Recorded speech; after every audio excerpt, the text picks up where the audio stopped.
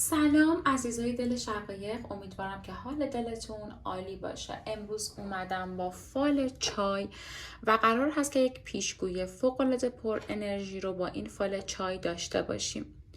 نیت کنید، انرژی بفرستید، قراره بریم برای یک چایخوانی فوق‌العاده پر انرژی.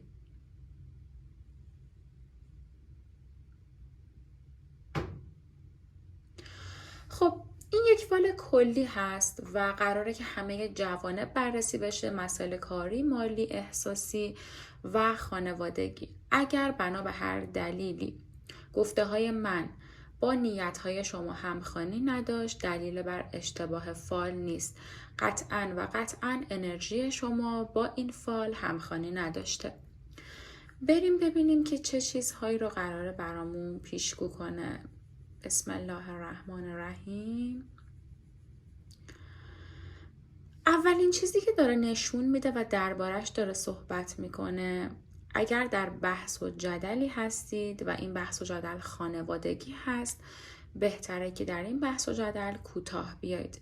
ادامه دار شدن این بحث، این جدل یا این اختلاف خانوادگی رو براتون همراه با پشیمونی نشون میده. تیک خوردن یک خواسته و یک حاجت قلبی براتون دیده شده. موفقیت و پیروزی در یک کار قانونی رو براتون میبینم. اگر قصد جابجایی محل شغلی و یا محل زندگی رو دارید، فعلا خیلی خوب نشون نداده.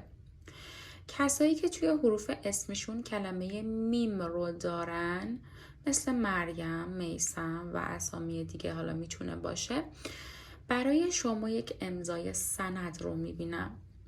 یک شکستگی در زمینه مسئله احساسی یا یک شکست در زمینه مسئله احساسی برای خیلی ها دیده شده. این شکست میتونه باعث دلشکستگی های پی در پی برای شما بشه. یعنی چی؟ یعنی شما یک شکستی رو تجربه کردید، انقدر روحیتون حساس شده که باعث میشه نسبت به هر چیزی ریاکشن و واکنش داشته باشید و میتونید دلشکستگی های پی در پی رو تجربه کنید. اگر در نقطه شکست یا جدایی هستید، بهتره که فعلا در جمع حضور پیدا نکنید یا رابطه جدی و جدیدی رو شروع نکنید. شما نیاز به 6 تا 7 ماه استراحت ذهنی دارید تا بتونید دوباره زنده بشید و خودتون رو رها کنید. افرادی که شروع اسمشون با کلمه پ هستش، خوشحالی بزرگ، جشن، شادی براتون دیده شده.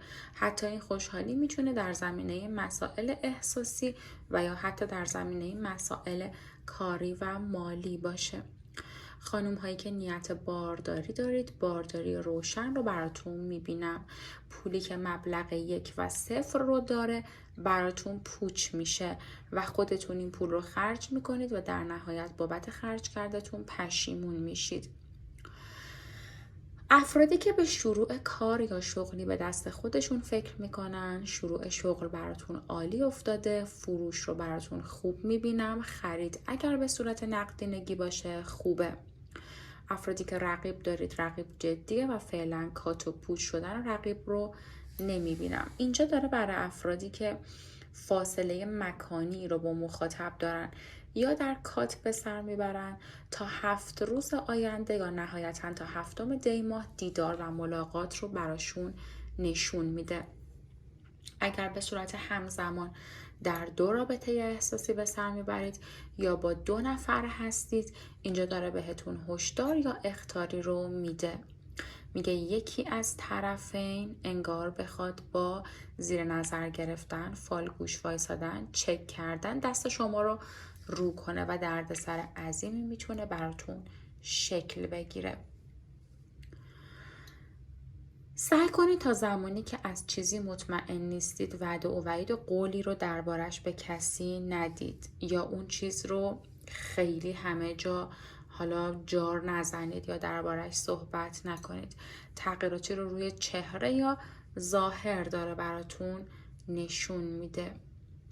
یک تحصیل، یک حرفه یا یک آموزش رو نصف و نیمه رها میکنید و در آینده براتون پشیمونی بابت این نصف رها کردن اتفاق میفته. آقایون آقایونی که اول اسمشون با عین شروع میشه مثل عباس، علی، عرفان، عماد، عبدالله برای شما معجزه احساسی دیده شده.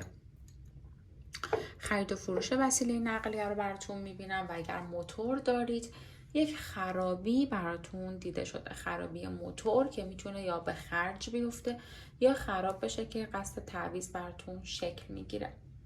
اگر کسالتی رو دارید بهبودی هست، به شرط اینکه درمانتون رو جدی بگیرید و اگر در حال درمان نیستید و تا الان به پزشک مراجعه نکردید به پزشک مراجعه کنید. خیلی دوستتون دارم، بهترین ها رو براتون آرزو میکنم. شقایق هستم در فالکده شقایق. امیدوارم حال دلتون همیشه عالی باشه و زندگیتون برقرار باشه. سابسکرایب فراموش نشه.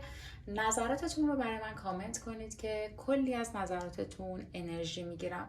دوستتون دارم. فعلا